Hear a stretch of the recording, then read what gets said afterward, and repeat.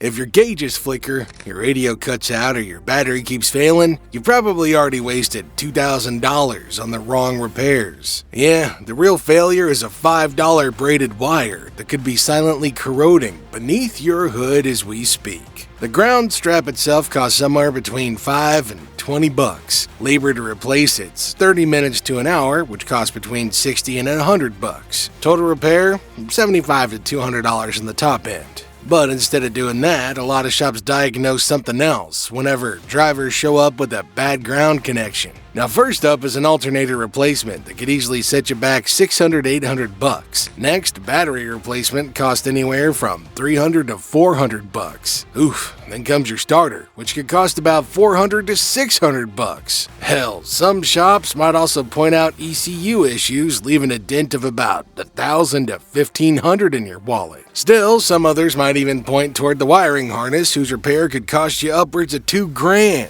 Now just imagine a situation where the customer approves a replacement for the alternator. The mechanic fixes it and the problem goes away for a hot 2 weeks. Then the symptoms come back because the new alternator is trying to push current through the same failing ground path that the old one was. Alright, so what are the signs that your ground strap's giving out? The first is flickering or dimming lights, especially when you turn on the AC or the rear defrost, when you hit the brakes, or when the blower motor runs. Now that happens because the bad ground creates voltage drops across the corroded ground. So when a hydraulic component tries to pull current, the voltage drops across that resistance, resulting in the lights dimming. Now another symptom is when the car cranks slowly. It clicks, but it won't crank, or it starts fine in the morning, but struggles a couple hours later. See, your starter draws anywhere from 200 to 400 amps, and all of that's gotta return through that ground path. But a corroded strap can't handle it. The starter doesn't get full battery voltage, so it clicks or it cranks weakly, or it doesn't even engage at all. So let's say you've replaced your battery twice within the last year, and each time it works fine for 2 months, and then pooey, it dies. Now you've had the alternator tested, it's charging. The battery passes a load test, but it keeps on dying.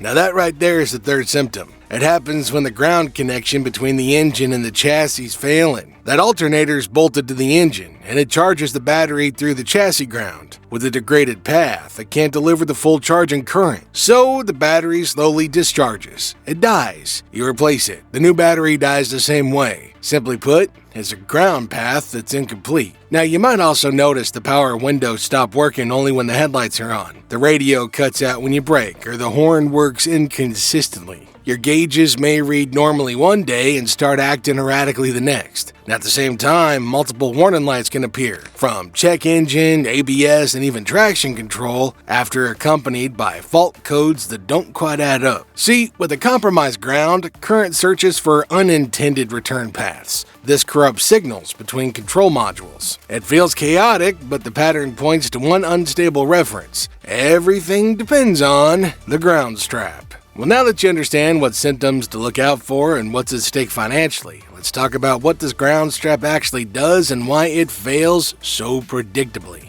See, your car's electrical system operates as a closed circuit. That means that power flows from the battery's positive terminal through components like your starter and alternator, and then has to return to complete the circuit. Your engine block sits isolated on rubber motor mounts. The battery's negative terminal connects to the chassis frame, but rubber doesn't conduct electricity. So without a dedicated ground strap bridging your engine to the chassis, there's no return path and your starter draws 300 amps with nowhere for all of it to go. Now, that's where the ground strap comes into play. It's essentially a braided copper strap that creates a return path from your engine block back to the chassis ground. Now those multiple thin copper strands can flex thousands of times without metal fatigue as your engine rocks on as mounts. But there's a vulnerability here. Each individual strand sits exposed to the environment. Now this results in the tin plating wearing through at the connection points. See, corrosion starts on one strand and then migrates. The braid starts to fray. Electrical resistance, usually measured in thousandths of an ohm when new, climbs to half an ohm, then 1 ohm, and then higher. A basic multimeter test will often miss it because the failure only appears under high load.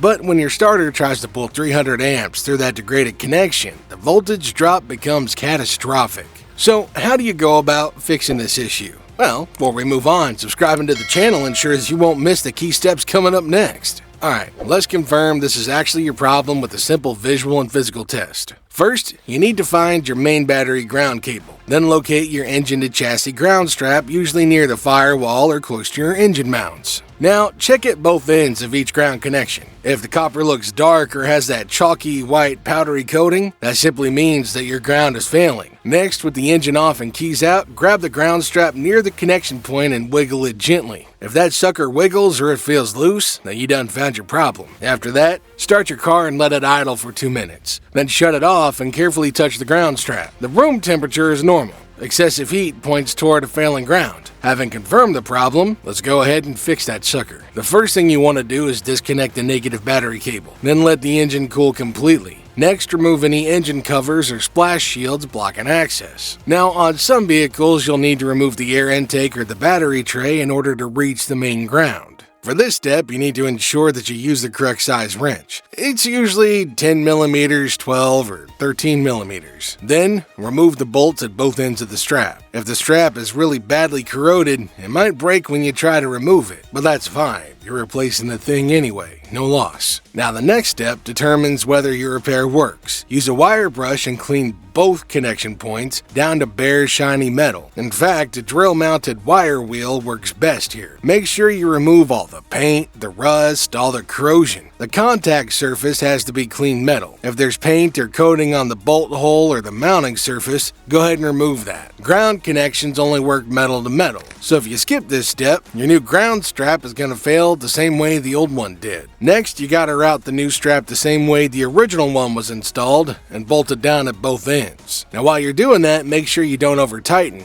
as doing so can strip the threads or crack the terminal. Next, apply a small amount of dielectric grease to the connection points to prevent future corrosion. Then, reconnect your battery and start your vehicle. Next up, test every electrical function. Your headlights, radio, windows, and all your locks. Also make sure you run your vehicle for a few minutes and check for any warning lights. If everything works, you're done. For most vehicles, a generic 4-gauge or 2-gauge braided ground strap works just fine. You can find them at any parts store for $5 to $15. If you want an OEM replacement, make sure you search your VIN number at a dealer parts site. They'll give you the exact part number. Now these straps typically cost $20 to $40 for OEM. Take note though, if you're adding in high power accessories like an amp or auxiliary lights or a winch, then you're going to need to upgrade to a heavier gauge ground to prevent future issues. Also, if you're building a high-performance engine or doing an engine swap, you can also install multiple ground straps. One from the engine block to the chassis, one from the transmission to the chassis, and a heavy ground from the battery to the frame. Yeah, that $5 to $50 ground strap can masquerade as a $2,000 electrical failure. You've seen the symptoms, the real cause, and how simple the fix usually is. So make sure you check your grounds before replacing parts, and hit subscribe if this helped. And comment your vehicle details and the problems you're facing down below. Maybe somebody can give you a hand.